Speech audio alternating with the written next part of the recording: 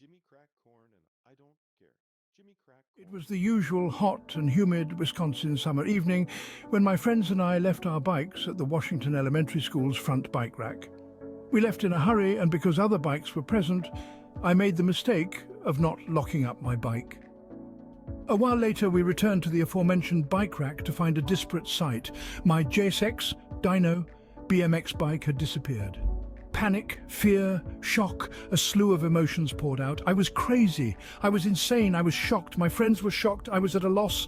This was a pivotal moment in my life, and I didn't know why at the time. Depression, regret, grief, followed by anger. How could this happen to me? My whole world had been stolen from me.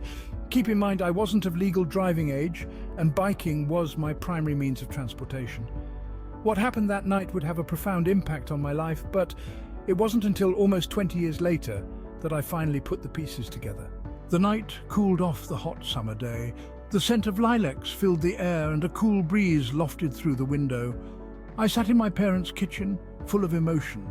I was staring into the black mirror, a CRT monitor that was on standby, waiting to be awoken. Anger, fear, regret, and more anger surged through my veins. It was a lot of emotions, a lot of negative emotions. What did I do to change this? What I did can't be articulated very easily, but as a metaphor you can think of it as, I let the phoenix die.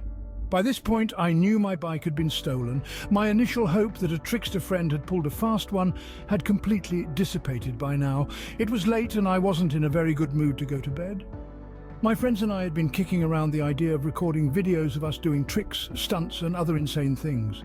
This was the early years of MTV's Jackass, Bam Margera's CKY, and hardcore skateboarding videos.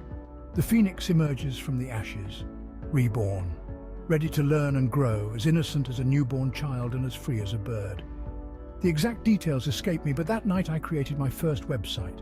That website was called Crazy and Insane Stunts. I believe it still exists somewhere out there on the web, lost in a dark corner of the internet that hasn't seen the light of day in ages.